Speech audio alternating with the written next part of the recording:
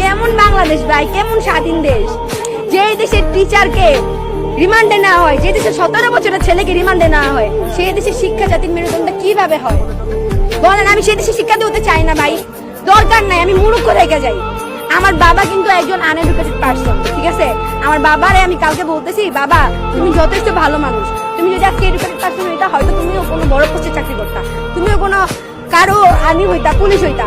আমি মানে গর্ব করে কাউকে বলতে পারতাম না, সবাই আমার বলতো যে চোরের মেয়ে, খুনির মেয়ে, এটা বলতো। অবশ্যই আমরা আমার ফ্রেন্ড যারা আছে, পুলিশ যারা ফ্রেন্ড, আমি বলি যে তুই চোরের মেয়ে, তুই খুনির মেয়ে, এটা বলি স্বাভাবিক কথা হইতেছে। আমরা এখন আমাদের স্যারের মুক্তি চাই, কারণ আমরা যথেষ্ট চুপ ছিলাম, আমরা যথেষ্ট সরকারকে টাইম দিছি। আমাদের স্যারকে কেন ধরে নিয়ে গেল বিনা দোষে? আমাদের একটা রিজন দেখা যে ওনার পার্সোনাল কোনো প্রবলেম ছিল। আমরা আসিফ নজরুল স্যারকে জিজ্ঞেস করলাম, উনি বলে ওনার তো কোনো, এটা বলছে, এটা তো বেশি কষ্ট লাগছে যে এখন তো আসিফ মাহাতার স্যার